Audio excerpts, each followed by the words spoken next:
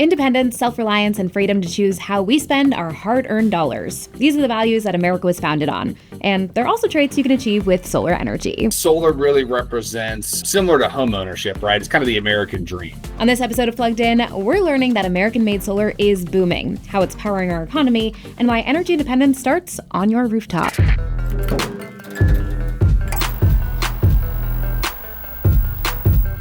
Before we get started, be sure to like this video and hit subscribe so you can stay plugged in to clean energy topics. Now, some of you may roll your eyes at the idea that going solar expresses American values, but hear me out. The first solar energy device was made by an American, installed on a New York rooftop in 1883. And if you think all solar technology is made overseas, think again. A good amount of the equipment you see across farms and rooftops nationwide is made right here in the USA. We have done a great job of onshoring domestic manufacturing in the last 10 years, beyond my wildest imagination. Joe Marmarty is a longtime solar industry veteran, and his amazement is justified. In just 8 years, America rocketed from 14th place to 3rd place globally in solar manufacturing capacity. We now produce enough solar technology to meet nearly all domestic demand, with manufacturing facilities in 41 states and more on the way. Slowly but surely, this stuff is getting reshored, and in some cases, there's incentive to do it directly. Scott Moskowitz is the VP of Market Strategy at Qcells, a solar panel manufacturing company that operates 2 massive facilities in Georgia. To build these factories was kind of the dream. And they're not alone in this American solar dream. First Solar has factories in Ohio, Alabama, and Louisiana. There's Stillfab Solar in Washington, Jinko Solar in Florida, Mission Solar in Texas, just to name a few. And also, those are just for solar panels. Enphase and SolarEdge make solar inverters in South Carolina, Texas, and Florida.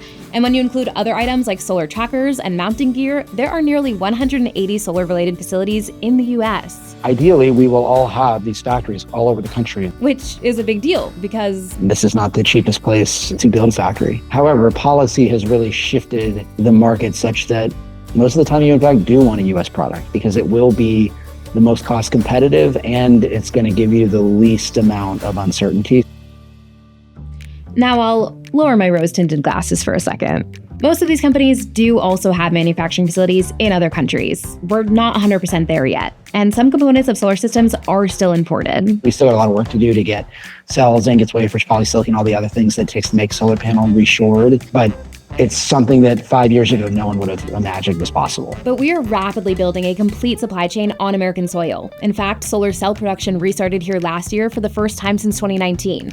And here's what installers are telling me about American-made quality and pricing. Anytime you have US-made products, you're not having to ship them across the globe, right? So you're going to have a lot less issues. The more we make it here and we're not having to ship it around the world, the more cost-effective it becomes, I believe. When you buy American-made solar, you're not just powering your home, you're powering the American economy. Scott says Qcells factories directly employ 4,000 people, but support nearly 15,000 jobs throughout their communities. And this goes for other solar factories too. It's what economists call the multiplier effect. There are maintenance workers, caterers, cleaning staff, businesses pop up to support your business. We're one of many, many such investments, and there are easily 100,000 jobs. Plus, there are hundreds of thousands of solar jobs outside of manufacturing. I've been in the industry for about 14 years now, and I started from the bottom. I started on utility scale fields. I've been on hundreds of different roofs. I've led crews. I've worked for mom and pops. When you go solar, you're also supporting local businesses like Mike Tabbs. He founded Integrity Energy Group, and he's also one of over 20,000 military veterans that now works in solar.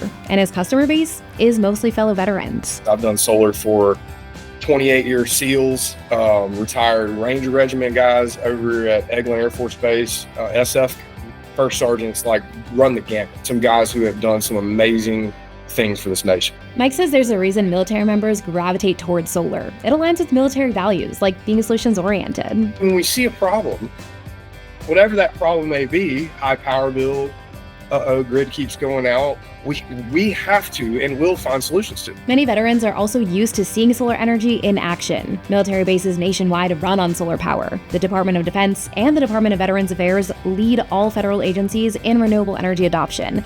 That fact even inspired a group of Coastal Carolina University students to bring solar power to veterans in their community. In 2018, this VFW in South Carolina was the first to go solar and inspired other veteran centers to follow suit. If they can only spend their money on electricity, then they can't spend their money doing the events that they want to do for the veterans. So we thought that would be the most impactful one moving forward in the community. Once people understand how solar energy works, it's easy to see why it's a no-brainer for Americans. Individualism, freedom, etc., having options of the free market, all the things that people tend to associate with American values, That's what solar represents. That's why we have to keep fighting for more solar adoption in America, especially now. Our country needs more electricity than ever. With AI data centers, electrification, and an increase in severe weather events, our demand is skyrocketing. We're meeting with Democrats and Republicans, no matter who we talk to, who say, look, this stuff is important not just because it's clean and renewable, but because it's cheap and reliable, and we need energy. Solar is the pathway for America to achieve true energy independence. But I went over all of that in our Solar is Bipartisan episode, so I won't rehash it here.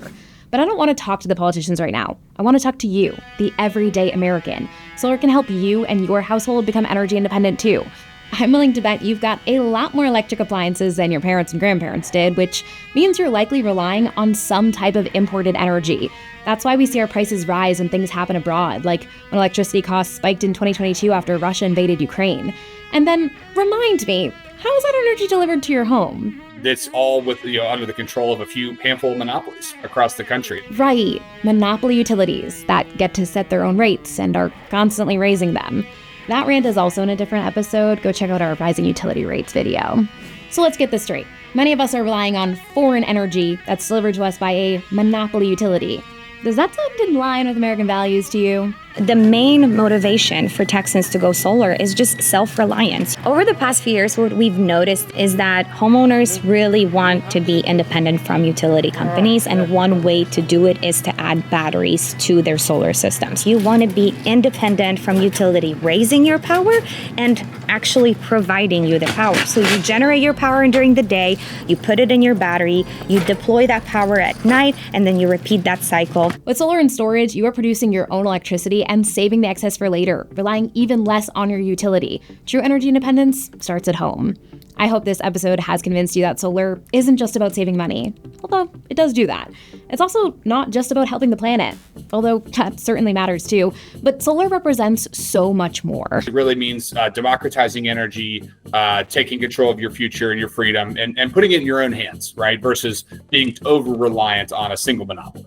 Solar is made in America, powered by Americans, and when you put panels on your roof, you put power literally in your hands. And with the federal solar tax credit expiring at the end of this year, time is running out to save about $9,000 on your solar panel system. Never a better time than now. You'll get a full tax incentive credit this year if you install solar right now. But even if you don't, it's going to be cheap. Currently in Texas, an average cost for electricity is 15.5 cents. If you look at an average cost of electricity of a solar system, you're looking at like 5 to 6 cents. Solar is a no-brainer financially. That'll do it for us. I want to thank Scott, Joe, Mike, Alex, Kat, and Martina for sharing their insights. Drop your comments below. Let me know what topic you'd like to learn more about, and stay plugged in.